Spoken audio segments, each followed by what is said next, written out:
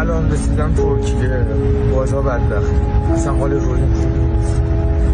همه رو دارم میکشم، همه رو دارم میکشم، بچه ها رو همه رو دارم میکشم.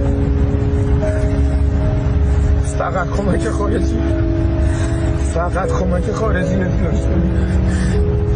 همه شاهزاده رو صدا میزنن، خارشون رو به درک غیرت صدا میزنن. شاهزاده نیستش که، شاهزاده سمبل آزادیه، اصلا کاری به اسم شاهزاده نداره. مردم بکنه ناجیه، مردم رو میکشن.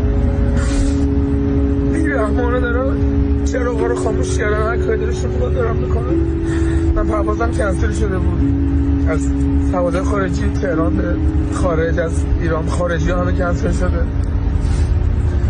و بدبختی یه پرواز ایرانی پیدا کردم.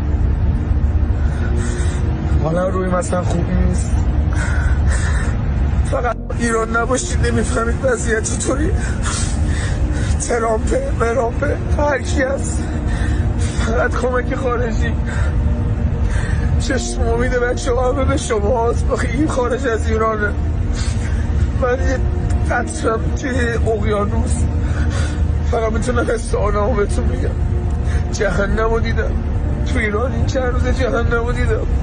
گناه داریم، خیلی گناه داریم، خیلی گناه داریم. حقمون نیست.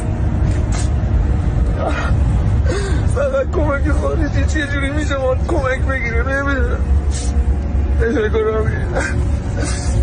نمیدونم چطوری میتونیم اگه کمک بگیریم.